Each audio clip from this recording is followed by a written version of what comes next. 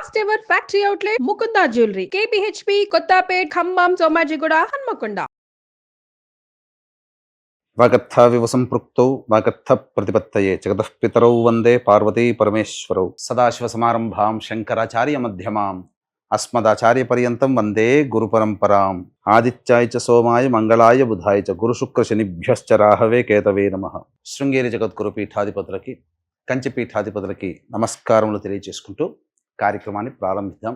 ఈ మార్చి నెల 16వ తారీఖు నుంచి 31వ తారీఖు వరకు 12 రాశులలో జన్మించినటువంటి వారికి ఏ విధంగా ఉండబోతుందో తెలుసుకునే ప్రయత్నం చేద్దాం. ముఖ్యంగా ఈ యొక్క గురువు వృషభ రాశిలో సంచారము, కుజుడు మిథున రాశిలో స్తంభించి సంచారము, అలాగే కేతువు కన్యా రాశిలో, మరియు శని భగవానుల వారు కుంభరాశిలో సంచారము. ఇక 12వ రాశి అయినటువంటి మీనరాశిలో శుక్రుడు, రాహువు, రవి, బుధుని యొక్క సంచార ప్రభావం వెరసి ఈ 12 రాశుల మీద ఈ నవగ్రహాల యొక్క ప్రభావం ఏ విధంగా ఉండబోతుంది, అలాగే మనము దైనందినటువంటి జీవితంలో భాగంగా 16వ తారీఖు నుంచి 31వ తారీఖు వరకు మంచి రోజులు ఏంటి, చెడ్డ రోజులు ఏంటి, ఏ రోజుల్లో ఖర్చు ఎక్కువగా ఉంటుంది, ఏ రోజుల్లో ఆదాయం ఎక్కువగా ఉంటుంది, ఏ రోజుల్లో అనుకున్నటువంటి పనులు పూర్తి చేసుకోగలుగుతారనే విషయాల గురించి క్లుప్తంగా తెలియజేసే ప్రయత్నం చేస్తాను.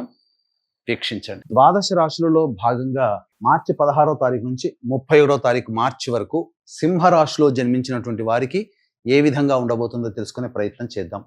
ముఖ్యంగా సింహరాశిలో జన్మించినటువంటి వారు గమనించాల్సినటువంటి అంశం ఏంటంటే చాలా మార్పులు అనేటువంటివి వస్తున్నాయి. ఎందుకనంటే షష్టగ్రహ కూటమి మీకు ప్రతికూలం, శని మార్పు కూడా అష్టమ శని ప్రభావం ఏర్పడుతుండడం అది ప్రతికూలం, అలాగే గ్రహణం కూడా అష్టమ స్థానంలో ఏర్పడుతుండడం ఇది ప్రతికూలమైనటువంటి ఫలితం. కాబట్టి వెరసి చూసుకున్నట్లయితే చాలా మటుకు సమస్యలు అనేటువంటివి ఈ యొక్క సింహరాశిలో జన్మించినటువంటి వారికి ఏర్పడబోతున్నాయి. అయితే జరిగేటువంటి విషయాల గురించి మనం తెలుసుకునే ప్రయత్నం చేద్దాం. ఏం జరగబోతుంది? ముఖ్యంగా ధనపరమైనటువంటి సమస్యలు ఎక్కువ అవుతాయి, ఖర్చులు అధికంగా ఉంటాయి, మీ ఊహకు అందనటువంటి ఖర్చులు ఎక్కువగా జరుగుతుండడం, తద్వారా ఇబ్బందికర పరిస్థితులు అనేటువంటివి ఎదురవ్వక తప్పదు. అంతేకాకుండా ఇక్కడ ప్రధానంగా గురువు కుజుడు సంపూర్ణముగా యోగించేటువంటి పరిస్థితి, కానీ మిగతా గ్రహాలు మేజర్ ప్లానెట్స్ అన్నీ కూడా అనుకూలంగా లేని కారణం చేత వృత్తి ఉద్యోగ వ్యాపారాల్లో మీరు కొత్త పుంతలు తొక్కే విధంగా కొత్త కొత్త ప్రయత్నాలు చేయకుండా కొంతకాలం వేచి చూడడమే చాలా మేలు అనేటువంటి విషయాన్ని గమనించుకోవాలి.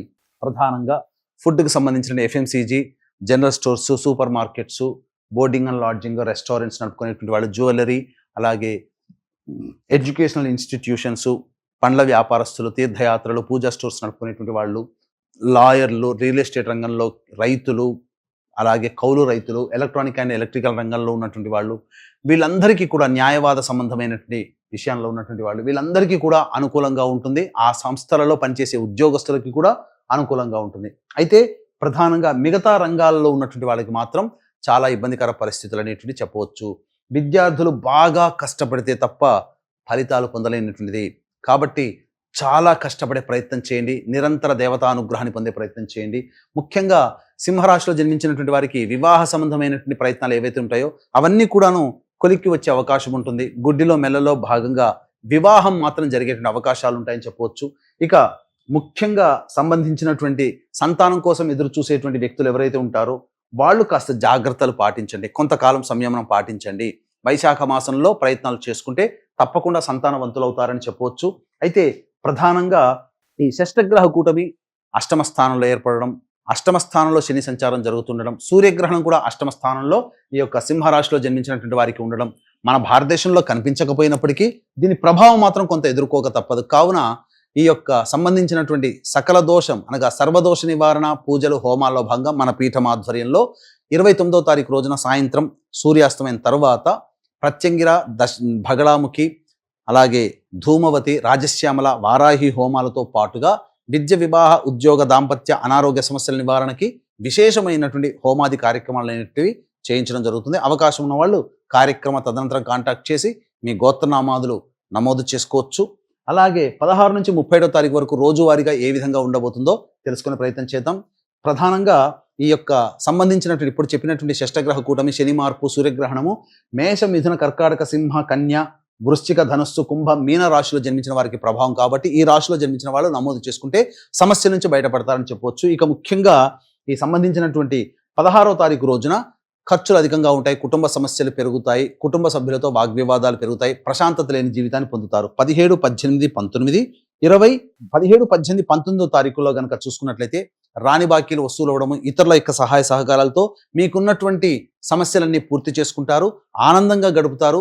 సోదరులతో పాత మిత్రులు కలుసుకునే అవకాశం, సోదరులతో ఆనందంగా గడుపుతారని చెప్పవచ్చు. 20, 21, 22, 23, 24 ఈ రోజులలో ప్రధానంగా ఆరోగ్యం పట్ల శ్రద్ధ వహించాల్సినటువంటి పరిస్థితి, ప్రశాంతత లేని జీవితము, అలాగే ఖర్చులు అధికంగా ఉంటాయి. వాహన మరమ్మతులకి మరియు గృహ మరమ్మతులకి ఖర్చులు ఎక్కువగా ఉంటాయి. వాహనం నడిపేటప్పుడు జాగ్రత్తలు పాటించాల్సినటువంటి పరిస్థితి, తల్లిగారి ఆరోగ్యం పట్ల శ్రద్ధ వహించాలి. ఇక 25, 26, 27, 28 ఈ తారీఖుల్లో ప్రధానంగా సమస్యలన్నీ పూర్తి చేసుకుంటారు, ఆనందకరమైనటువంటి జీవితాన్ని పొందుతారు. అంతేకాకుండా మీకున్నటువంటి ధనపరమైనటువంటి సమస్యలని పూర్తి చేసుకొని ఇతరుల సహాయ సహకారాలతో ఆనందంగా గడుపుతారు. విందులు వినోదాల్లో కుటుంబ సభ్యులతో మిత్రులతో గడుపుతారని చెప్పవచ్చు. 29, 30వ తారీఖులో కనుక చూసుకున్నట్లయితే ప్రశాంతత లేని జీవితం. 29, 30 మరియు 31 ప్రధానంగా ఖర్చులు అధికంగా ఉంటాయి, సమస్యలు కూడా అధికంగా ఉంటాయి, ధనపరమైనటువంటి ఇబ్బందులు ఎదుర్కోక తప్పదు, ప్రశాంతత లేని జీవితాన్ని పొందుతారు. అంతేకాకుండా అన్ని అవకాశాలు దగ్గర దాకా వచ్చి వెనక్కి వెళ్ళిపోతాయని చెప్పొచ్చు. ఏది ఏమైనప్పటికీ కూడా సింహరాశి వారికి సమయం అనుకూలంగా లేదు. నిరంతరమైనటువంటి దైవ ధ్యానము, ఇష్టదేవత ఆరాధన ఖచ్చితంగా చేయవలసినదే. అలాగే 29వ తారీఖు రోజున మన పీఠం ఆధ్వర్యంలో జరిగేటువంటి ఈ సర్వదోష నివారణ పూజల హోమాల్లో పాల్గొన్నట్లయితే భవిష్యత్తులో వచ్చేటువంటి సమస్యల నుంచి మీరు బయటపడతారని చెప్పవచ్చు. అంతేకాకుండా జాతకపరంగా మీకేమైనా సందేహాలు, సమస్యలు కనుక ఉన్నట్లయితే కార్యక్రమ తదనంతరం కాంటాక్ట్ చేసి సందేహ నివృత్తి చేసుకోవచ్చు. సర్వం శ్రీ ఉమామహేశ్వర పరబ్రహ్మార్పణమస్తు.